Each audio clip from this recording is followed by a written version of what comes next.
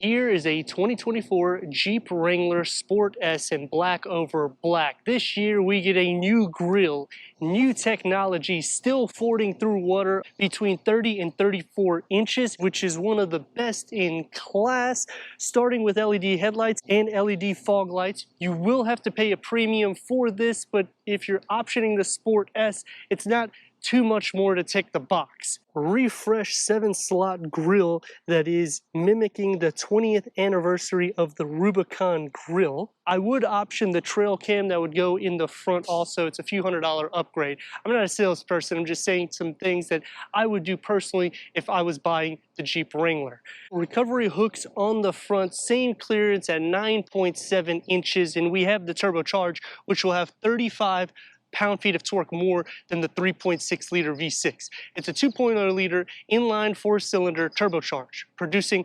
270 horsepower and 295 pound-feet of torque. We have an 8-speed automatic transmission, and it achieves 20 mpgs for the city and 20 mpgs for the highway. We have 33-inch wheels. This is an upgrade. It's a 245/75 wrapping a 17-inch gloss gray alloy wheels. Skid plates, you're gonna have 3. One for the fuel tank, transfer case, and the transmission. So when you're doing your all-terrain, because this is trail rated, you're not going to have to worry about damaging any of the undercarriage components. Comparing this against the Ford Bronco, you're gonna have the same towing capabilities up to 3,500 pounds, depending on the trim that you choose. And the MPGs are going to be right about the same. One big change though is this infotainment screen is going to be bigger here. You're going to have a little bit more cargo there. The rear gets a reverse camera and reverse parking sensors, and we have the optional LED tail lights. Cargo starts off at 12.9 cubic feet. You have all the dimensions right here so you can see for the fording through water. Open this up. And we have some cargo that's going to be underneath with a 12-volt split fold the rear bench at a 40/60 split, maxing cargo to 31.7 cubic feet. This is the turbocharged. So we need to go inside, start it up, so you can hear that exhaust note.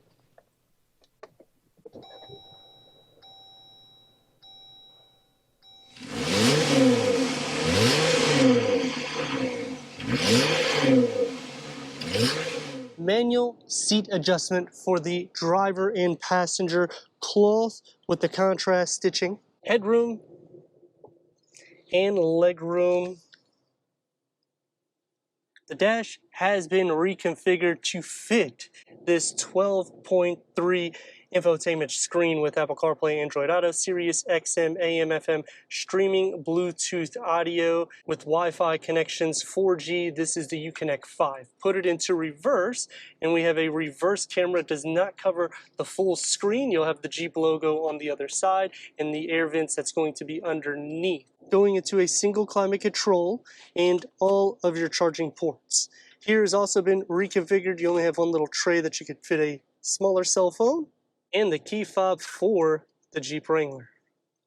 It's going to be soft to touch, opens up for a first tier with a little bit of storage. The second tier, it's going to be deep. You get a USB port, leather wrap steering wheel, 3-spoke, multi-function with adaptive cruise control, lane keep assist, and a 3.5 TFT display that can go through an array of information for the driver. And this will also include the off-road page, but like always, you can go into the infotainment and hit the off-road page, in which it'll show you everything as well, including the pinch and roll. When you click onto the apps, you have a few different settings here. Let me scroll up so you can see them. For the comfort, for the heated front seats, heated steering wheel, and vehicle control. And the door panels work into the dashboard, and it's going to be soft to touch with a large storage pocket. For the back seats, headroom and leg room. You're going to receive storage behind both of the front seats, the air vents and cup holders here in the center. The door panel will be the same materials more or less as the front, a little bit more of a smaller storage pocket. Sliding into the center, it's not a flat floor, and because of this, you can put your feet back a bit, but on this side you can't because the rail to the back seats. But if you put it here, the rails are pushed up enough. You will still be sharing feet space, but you have quite a bit. Button shoulder space you will also be sharing because the seats do not go all the way to the door panel because the doors are removable. And headroom is still good because it's a solid box with the speakers right in front of me.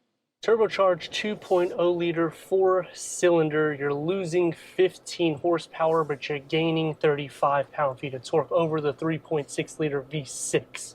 So it comes out to 270 horsepower and 295 pound-feet of torque, and usually the torque is where it becomes more of that happy medium because it's going to push you back, it's going to have that fun to drive spirit.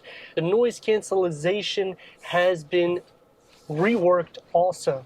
We do have all-terrain tires, 33-inch, because this is more or less set up for off-road, but you can still use it as a daily, because 20/20 on your MPGs, that's pretty good for an all-terrain vehicle.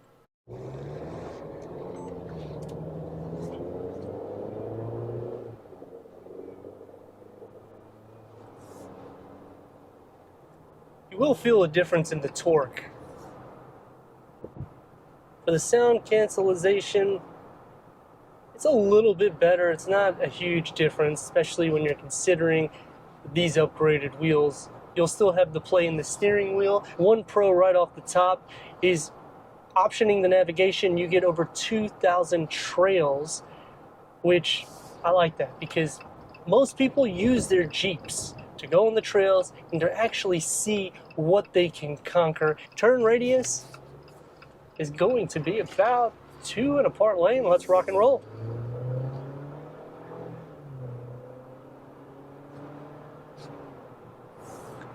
It's quick enough.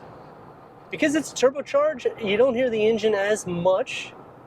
You will be hitting about 2.5 to 3 RPMs, but it's definitely a variant that I would even consider over the 3.6 liter if you're not looking for the 4xe. That's going to take me to some pros and cons, and starting with the pros. The way they have integrated the new screen, it's more seamless in the dash. It is a little bit bigger than my liking, but you get those over 2,000 trails when you have the navigation. It's still 4G capabilities for the Wi-Fi hotspot, even though this is the Uconnect 5, which I would say is a con because everyone is now going to 5G capabilities. Another pro to the vehicle is the clearance.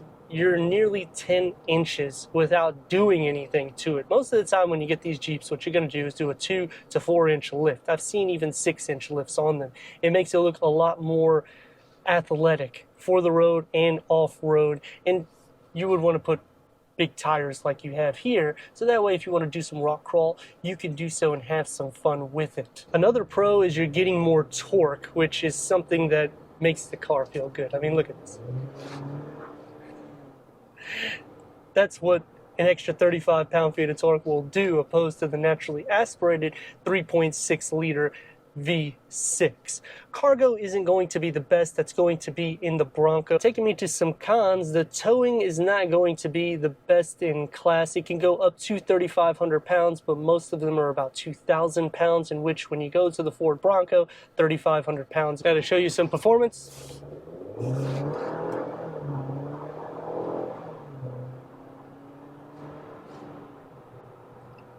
She opens up good.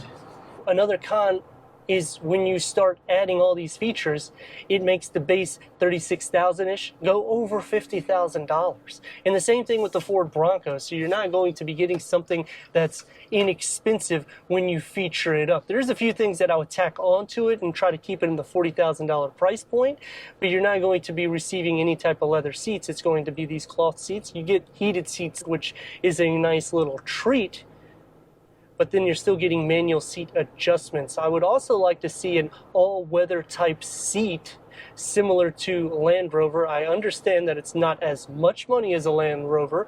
Subaru optioning the Wilderness Edition, you'll get all-weather interior, so it's waterproof. some competition like Mazda CX-50 Meridian Edition. It's not going to be able to conquer any of the terrain similar to this, but it's going to have that off-roadsy look. The Honda Pilot Trail Sport, the same thing. It's kind of more of an off-roadsy look. You get a little bit of clearance, but the real competition goes to the Ford Bronco and the Land Rover. And whenever you're talking about the Land Rover, it's almost a his and her price to what this is.